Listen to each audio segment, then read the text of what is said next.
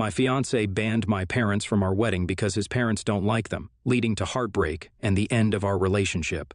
I, 28, female, got engaged to my boyfriend, 30, male, of 2 years a couple of months ago, and we're supposed to get married in 6 weeks from now. We've already booked the venue of our choice, and my parents have offered to pay for it as well. By the end of this week, we were supposed to send out the invitations, but almost 10 days ago, my fiancé completely blindsided me by saying that he didn't want my parents at the wedding. That just seemed ridiculous to me because I'm on good terms with my parents, and I'm also their only child, so of course they'd want to attend my wedding. Like my dad was supposed to walk me down the aisle, for God's sake. I asked him why he'd say something like that, and he confessed that his own parents didn't like mine, which is why they told him to make sure my parents didn't attend. I couldn't understand, for the life of me, why they'd want such a thing because, as far as I'm concerned, my parents had been nice to his parents, and there was no bad blood between them that I knew of. But then, my fiancé informed me that a few weeks back, when our families had met for dinner, my parents had apparently been really rude to them, and they hadn't liked it. I couldn't imagine my parents being rude to anyone, let alone my fiancé's parents, and I told him that I couldn't believe what he was saying because it seemed really unlikely. We got into a massive argument about it, and I told him that if I couldn't invite my parents, then we'd have to have a separate ceremony for them exclusively. He told me he'd think about it, but honestly, I wasn't going to let that happen. I was just bluffing and wanted to be petty. So, the very next day, I sent the bill of the venue to my fiancé's parents, because obviously, if my parents weren't invited to my wedding, then I wouldn't let them pay for anything either. Besides, the people who are so insistent on making sure my parents didn't attend should also be paying for things if they want to be involved in the decision-making for the wedding. So far, they haven't offered to contribute a single dollar to the wedding, and everything was being paid for by us. My parents had offered to foot the bill for the venue to make it easier for me. But now my fiancé's parents could pay for it since they wanted to be involved. And again, this led to another huge fight between me and my fiancé that very evening, since his parents had wasted no time in telling him about how insolent I was. He told me that I had no right to force or guilt-trip his parents into paying for anything, and I should apologize to them. But I didn't feel sorry for what I'd done. If they had the audacity to demand that my parents don't attend my wedding, then they should have had the guts to foot the bill for the venue as well. It's their son's wedding, too. My fiancé and I were having a really tough time dealing with all this and kept fighting for 3 days straight. By the end of the third day, I was so emotionally exhausted that I actually wanted to call off the wedding entirely. There really was no point in getting married when we were fighting so much, and we were barely even talking to each other. But then, he apologized to me for everything on the third night and said that we could still work things out as long as we were willing to stick together, and I appreciated that. His apology made me feel a little less resentful, and I thought that this would fix things. He was even willing to admit that his parents were being weird and couldn't justify what they were demanding, since it was a big day for both of us, and we deserved to be happy and have our parents present with us. We'd sort of reached a dead end on that conversation, and had no idea what to do next that wouldn't inevitably lead to more drama, so we decided to give it some time. We also decided to avoid fighting over this because that was clearly not helping the situation at hand. I believed that his apology was sincere and didn't feel as angry after, but I was an idiot and should have known that he wouldn't tolerate me trying to insult his parents at any cost. Last night, my fiancé informed me that he'd canceled the venue that we'd booked and had decided that we'd have the wedding in our backyard instead. And now that there was no venue to pay for, we didn't need to have my parents at the wedding at all. I was dumbstruck because of several reasons and didn't know where to start. The biggest reason was that I could hardly believe that after being so apologetic for these past few days, he'd suddenly pulled a 180 and had gone behind my back and canceled the venue that we decided upon together without even consulting with me first. And he also believed that my parents paying for the venue was the only reason I wanted them to attend my wedding. I mean, truly, that's the most idiotic thing I've ever heard. Besides, the most fundamental issue with getting married in our backyard was the fact that it just wasn't big enough. And I don't think our landlady would approve of it either. I ended up snapping at him, and yeah, you guessed it, there was another massive argument. But I guess that was the last, since there was no turning back from what he did. I told him that I couldn't give less of a damn about what his parents liked, and I didn't need their permission to invite my parents, and that if he didn't make things right, then I was afraid I'd have to cancel the wedding altogether. He didn't seem too fazed by that and even said that I could go ahead and cancel everything, since after what I'd done. He didn't feel like getting married anyway, and had only waited around to get back at me for insulting his parents. The venue had taken a week to confirm the cancellation, and so he'd been waiting around just for that. These past few days had been nothing but an act, and I'd fallen for it. He'd Intended for me to get pissed off and call off the wedding, and that was his revenge. All because I'd sent the bill of the venue to his parents. I was devastated that he'd do this to me because that was 2 whole years of my life completely wasted. I packed up my stuff and left that house within an hour or so and landed at my parents' place. I was sobbing really hard because even while I was leaving, he'd made no attempt to stop me and didn't even look like he cared about what was happening. It took me a while to calm down and explain to my parents what was going on because they had no clue, since I hadn't really told them anything. Once I finally explained the situation to them, they seemed really upset. They seemed pissed off as well, and I'm sure if I hadn't been in such a state, they would have called my fiancé up and given him a piece of their mind because what he'd done was truly messed up. I don't know why he couldn't just call the wedding off and break up with me the day I sent that bill to his parents. If he was that angry, he could have just done so without dragging it all out and making a total fool out of me. During these past few weeks, every time I think about the way I was so blissfully happy and unaware of the fact that our relationship was already over, I just want to throw up because it's just really sickening. I haven't been able to bring myself to eat anything since last night. And neither did I get to sleep properly because I just keep wondering if this could have been avoided. I still do love my fiancé, even though I'm trying really hard not to. But I was with him for 2 years, so it's obviously not that easy to just let go overnight. I don't know if I should blame myself for what happened or not either, and honestly have absolutely no idea if this was actually my fault. I know I'd intended to insult his parents by sending them the bill, but I hadn't imagined that it would end up this way. So, AITA for sending my fiancé's parents the bill for the venue when they said they didn't want my parents to attend our wedding? Update 1. So, I've been living with my parents for 3 days now, and I finally learned what exactly had happened at that dinner where my fiancé's parents had found my parents really rude. So, apparently at one point my fiancé had gone out for a smoke, and I was in the kitchen struggling to open another bottle of wine, so it was taking a little more time than I would have expected. Our parents got to talking, and my fiancé's mother mentioned how nice it was that I was upholding traditional values and doing all the work in the kitchen. She even boasted about how she'd never allowed her son or husband to ever even set foot in the kitchen throughout their life. My parents ended up actually laughing at this and told her that I was just in the kitchen because I decided to cook that day, but otherwise, my fiancé and I always take turns. It was the truth, and I had mentioned to my parents that I was proud of our little arrangement because it felt right and, most importantly, equal. My parents had raised me that way, and I didn't mind my boyfriend cooking for me sometimes. But that didn't sit right with my fiancé's parents at all. I don't think my fiancé's parents knew that and were pretty taken aback.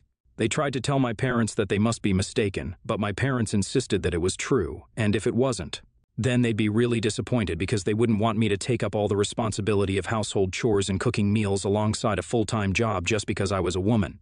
They said that they had different beliefs and would prefer a more balanced marriage when my fiancé and I were equals. When my parents said that, my fiancé's parents made a face and refused to say anything more. My parents had realized then that they'd been offended by what they'd said but hadn't thought it was a big enough deal to talk about and spoil my relationship with them before it even began, since at the end of the day, I was marrying my fiancé and not his parents. So as long as he was on board with our values, it didn't matter what his parents believed. But now, my parents knew that they'd been wrong and apologized to me for not telling me about this earlier. They'd messed up big time, but honestly, I don't blame them for anything.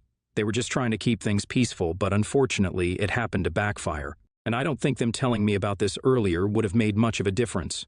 If anything, it probably would have been me breaking things off with my fiancé even earlier, since his parents sounded pretty sexist, and I didn't want to get married into a family like that.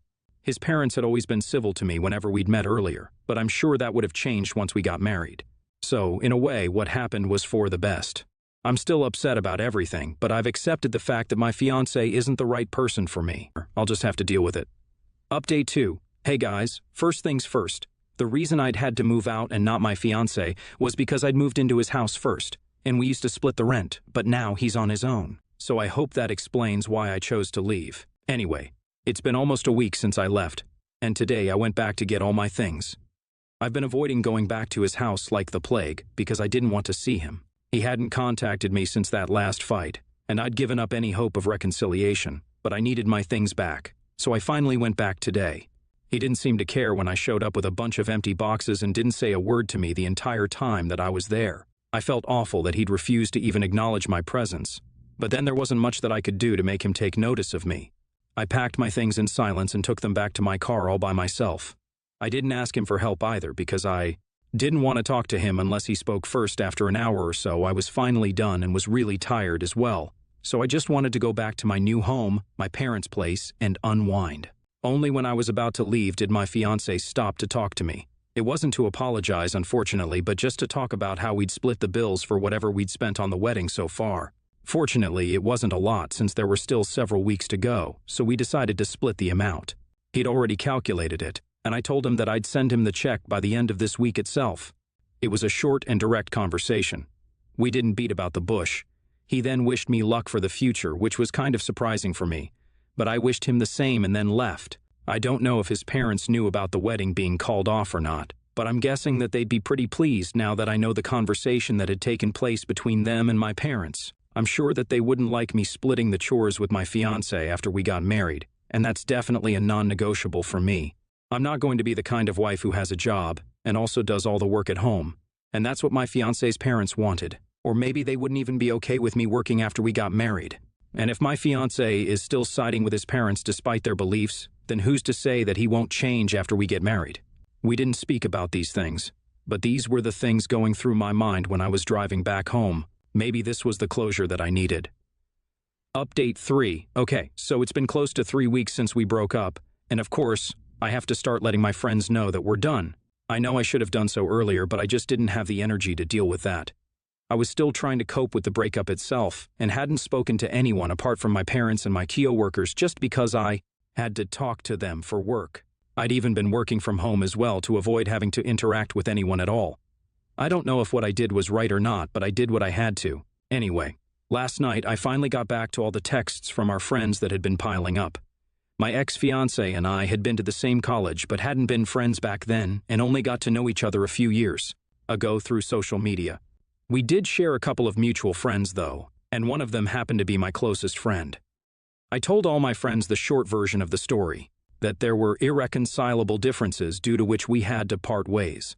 I used the most formal terms I knew because I didn't want to seem vulnerable, but this friend of mine is the only person I trusted enough, and so I ended up telling her about the whole situation. She knew everything about the conversation that our parents had had and how my fiancé had canceled the booking of the venue just to get back at me. And she was shocked that he was capable of things like these because he had the reputation of being quite the gentleman, and these didn't seem like gentlemanly qualities at all.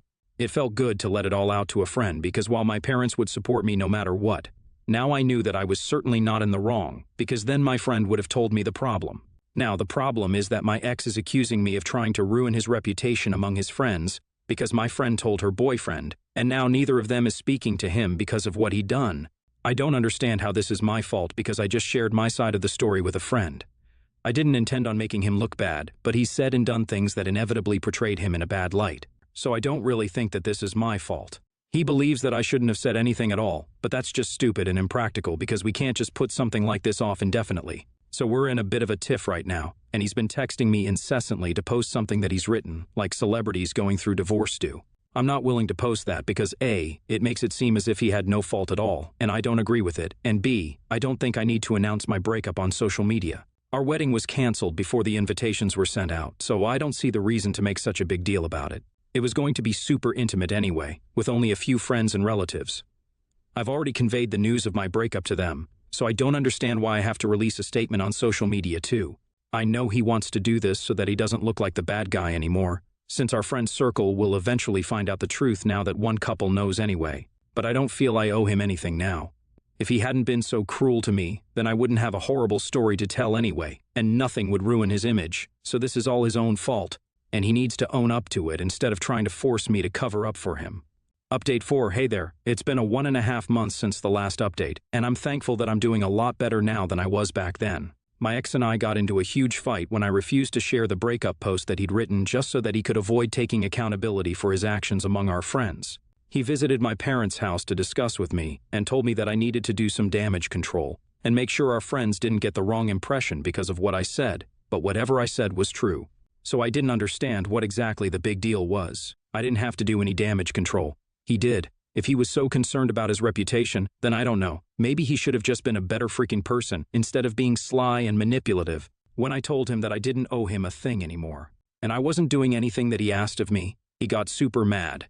and I was really happy that we were broken up by then because of the way he acted out after that, and the things he said to me really proved that I'd made the right call. He got furious and started yelling at me about how I was trying to ruin his reputation by talking crap about him to his friends, and was trying to take revenge just because he dumped me. I argued back, and it just kept getting worse. So evidently he just punched the wall, which was so typical. It didn't scare me in the least, but I told him that this was destruction of property, and he had to pay for it. I also called the cops and reported him, and his parents had to bail him out. Things got pretty heated up after that, since once his parents realized that I'd involved the cops, they started doing everything in their power to make me look like the bad guy. That very night, his parents sent me an email saying that they would make sure I landed up in prison for the way I was trying to harass their son. His mom even started a GoFundMe so they could file a defamation lawsuit against me for talking crap about my ex, even though I'd only spoken the truth. No more, no less. They could afford the cost of it, but they were too stingy, and most importantly, they didn't intend on filing the lawsuit at all. They just wanted the attention and wanted people to talk about how I was the worst, so their own son would look like a saint, that's all. I was lucky that our friends came together in my support and shut that down pretty quickly. I'd blocked my ex and his parents on all platforms, so I didn't know what they were getting up to behind my back. I had to rely on our friends to keep me up to date, and apparently there was a lot of effort from their end to make me look like someone who was trying to ruin my ex's relationship with his parents somehow. I didn't understand what exactly they hoped to achieve because honestly, if they stayed quiet about this whole thing instead of lashing out like this, then my ex would have probably lost fewer friends. He and his parents continued to post stuff against me, but I didn't care to respond until he made a post about how my parents had raised me to be a lazy narcissist with absolutely no values. That was the last straw for me, since he had literally no right to insult my parents again and again.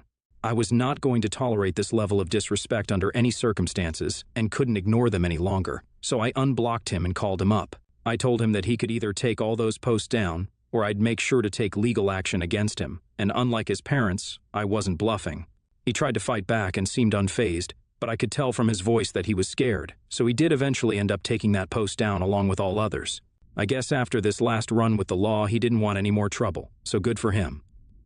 That was 2 weeks back, and we haven't talked since then, so I'm hoping to finally move on with my life now.